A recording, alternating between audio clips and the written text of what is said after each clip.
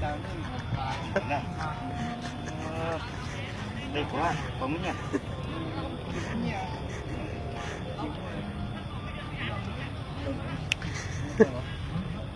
Đây có nó quá, bấm nha.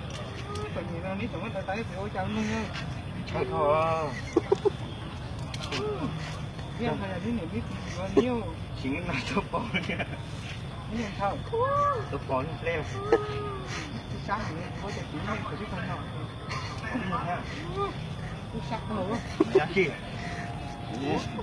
Nhớ cho mày. Có một tờ. Chín luôn à. Dạ chị nhá. Rồi còn lấy chín. Xin để xin nhắc hồng nha. Bố nó nói được với nhắc hồng chưa mua lấy chế. Thứ chả. Xin tới. Nó coi nó cậy gì không? Nó cậy gì? Nó nói chưa?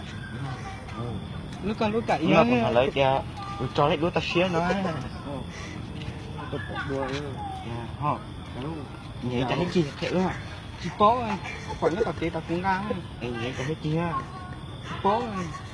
Bố cái này. Rồi, tôi có phải chiều. Cũng mất trong nhỉ? Xong rồi nó tua. Cái này chơi ước chừng bó cỏ gì đã ấm được con. Nước lên thơ. Ôi ơi, vậy thơ. Cả co à? Ui, cái gì vậy chứ? Nói chị à? Cái chiều, để tiếng hổ. Đừng ơi, đua.